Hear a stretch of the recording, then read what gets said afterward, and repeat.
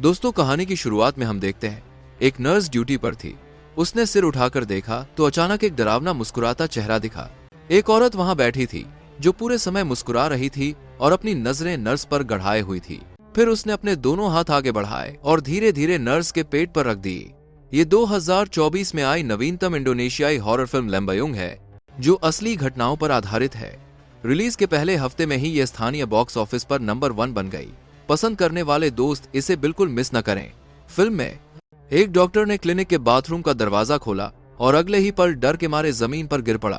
पता चला कि एक डॉक्टर ने फांसी लगाकर खुदकुशी कर ली थी। इसके बाद क्लिनिक को बंद करके मरम्मत के लिए मजबूर होना पड़ा और 5 साल बाद ही वो दोबारा खुल सका।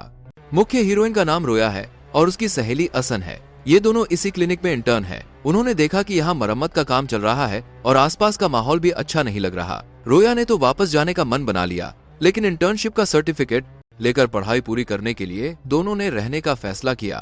क्लिनिक बहुत छोटा है, कुल 3 डॉक्टर हैं। रोया को हमेशा लगता था कि यहाँ कुछ अजीब है, जैसे कोई चीज हमेशा उसका पीछा कर रही हो। एक बार उसने जिज्ञासा में बाथरूम का दरवाजा खोलकर देखा तो पता चला कि अंदर की सफाई कभी हुई ही नहीं थी। उसने नल खोलकर हाथ धोने शुरू किए, तभी गलती से उसने देखा कि कोई बाथटब के अंदर घुस रहा है। लेकिन जैसे ही उसने पर्दा हटाया, वहां कुछ नहीं था। रोया का दिल तेजी से धड़कने लगा। वह जल्दी से बाथरूम से बाहर निकली, लेकिन उसने ध्यान नहीं दिया कि जोड़ी हाथ भी बाहर आ चुके हैं। नर्स इंचार्ज का चेहरा कुछ अजीब लग रहा था। उसने रोया को बताया कि यह बाथरूम अभी ठीक नहीं हुआ है, अगर टॉयलेट जाना हो तो अगले वाले में जाएं। आधिकारिक इंटर्नशिप शुरू होने से पहले रोया और असन ने क्लिनिक के तीनों डॉक्टरों से मुलाकात की। इनमें वह डॉक्टर लिन गुओ भी शामिल थे, जिसने पहले उनका स्वागत किया था। छोटी मूंछों वाला डॉक्टर और उसकी पत्नी। उस दिन रोया और असन की रात की ड्यूटी थी। दोनों को लगा कुछ नहीं होगा, लेकिन अचानक एक औरत अपने आप वार्ड में घुस आई। असन को याद था कि रात में कोई मरीज रजिस्टर नहीं हुआ था। वह देखती रही, फिर पुष्टि करने के लिए फ्रंट डेस्क की ओर दौड़ी। रोया को भी कुछ अजीब लग रहा था, खासकर वह औरत जो हमेशा अजीब नजरों से उसे घूर रही थी। लेकिन हर मरीज की अच्छी सेवा करने के लिए वह शांत रही और उसके मुंह से लार पोंछने की कोशिश करने लगी। तभी उस औरत ने अचानक अपने दोनों हाथ बढ़ाकर रोया के पेट पर रख दिए। अचानक वार्ड की लाइटें बुझ गईं और वह औरत गायब हो गई। क्या ये भ्रम था? रोया ने टॉर्च उठाकर इधर उधर देखा, तभी वह परछाई फिर दिखाई दी। रोया डर से चीख पड़ी, मुश्किल से शांत हुई और कांपते हाथों से लाइट चालू की। लेकिन जैसे ही उसने सिर उठाया, उसने देखा कि वह औरत उसके कंधे पर बैठी है। शोर सुनकर छोटी मूंछों वाला डॉक्टर दौड़ा आया। तब जाकर रोया सदमे से बाहर निकली। तभी क्लिनिक के ड्राइवर को इमरजेंसी कॉल आई। उसे शहर के बाहर से एक मरीज लाना था। रास्ते में आगे वाली गाड़ी धीमी लगी तो उसने लेन बदलने की सोची, लेकिन सड़क पर एक परछाई खड़ी दिखाई दी। उसने जोर से स्टीयरिंग घुमाया और सामने से आ रही ट्रक से टकरा गया। रियर व्यू मिरर में एक काली परछाई दिखाई दी। ड्राइवर का शव जल्दी क्लिनिक लाया गया। रोया ने देखा तो उसे बहुत सदमा लगा। वो जमीन पर बैठकर रोने लगी। असन ने आगे आकर इसका कारण पूछा।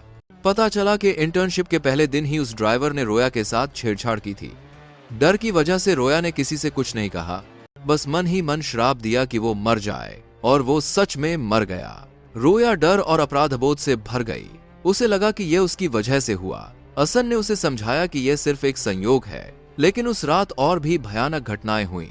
क्लिनिक का मैकेनिक जनरेटर ठीक करके अभी मुड़ा ही था कि सारी लाइटें बुझ गईं। उसने मोबाइल की रोशनी चालू की और इधर उधर देखने लगा, लेकिन दीवार पर चिपकी हुई परछाई नहीं देख पाया। अचानक ठंडी हवा चली और मैकेनिक डर से सिर झुकाकर बैठ गया।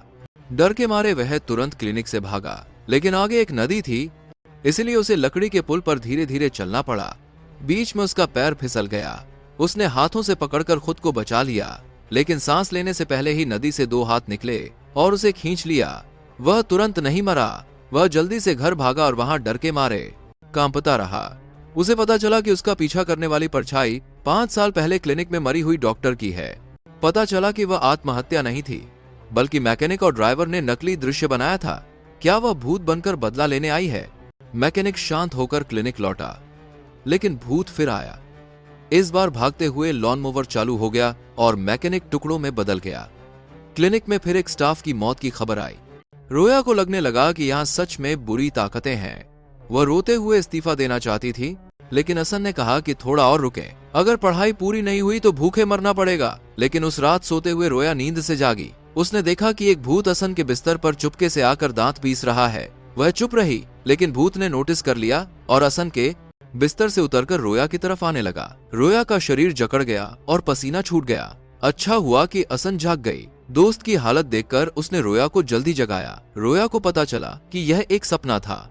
अगली शाम असन का बॉयफ्रेंड घर से निकला। दरवाजे पर उसने लंबे बालों वाली एक सुंदर लड़की देखी। उसके मन में गलत विचार आए। उसने पूछा, लिफ्ट चाहिए? भूत ने इशारा किया और अगले ही पल मोटरसाइकिल पर बैठ गई। बॉयफ्रेंड को लगा उसकी किस्मत खुल गई, लेकिन वह तो मौत की देवी थी। बाइक कंट्रोल से बाहर होकर खाई में गिर गई। रोया को खबर मिली तो वह अस्पताल पहुंची। उसका बॉयफ्रेंड बच नहीं सका। सदमे में वह वहां से भागी। असन पीछे दौड़ी, लेकिन रोया का चेहरा भयानक हो गया और वो बेहोश हो गई। असन ने उसे जल्दी क्लिनिक पहुंचाया। इतनी घटनाओं के बाद असन को भी शक होने लगा।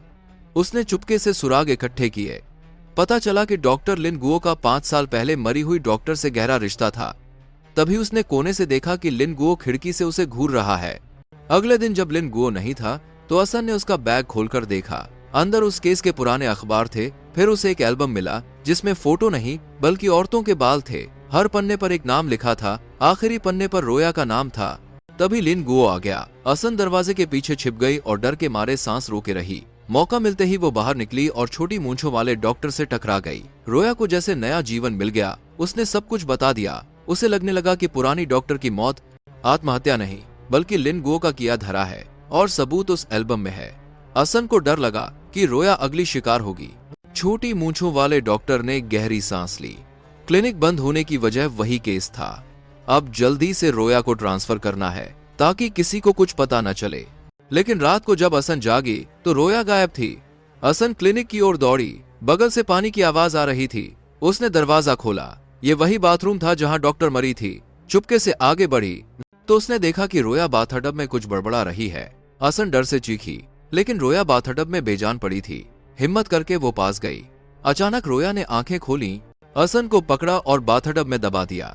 ठंडा पानी बहता रहा। असन को लगा जैसे दुनिया बदल गई है। वह 5 साल पीछे चली गई। उसने देखा कि छोटी मूंछों वाले डॉक्टर ने उस डॉक्टर को बेहोश किया और फिर उसके साथ बलात्कार किया। डॉक्टर जब होश में आई तो पुलिस में रिपोर्ट करने लगी।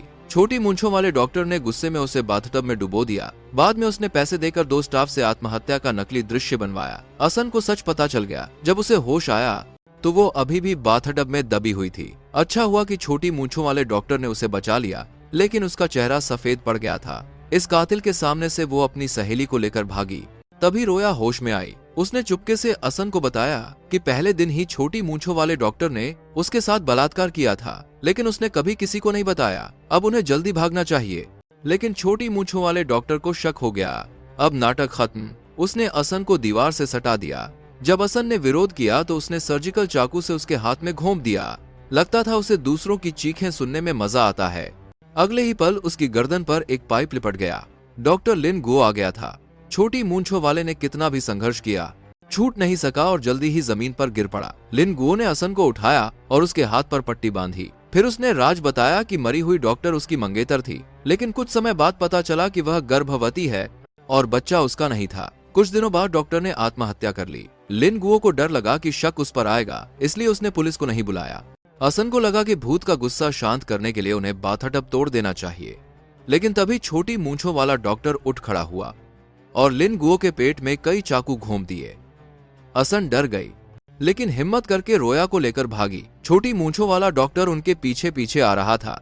वो ऐसा इसलिए था क्योंकि बचपन में उसने अपने पिता को अपनी माँ के साथ बुरा करते देखा था। उसे अफसोस था कि उसने अपने पिता को पहले नहीं मारा। वह डर अब तक उसके साथ था और वो अपने पिता की नकल करने लगा था। दोनों लड़कियों को तड़पता देख वो हंसने लगा और असन के पेट में कई चाकू घोंपने लगा।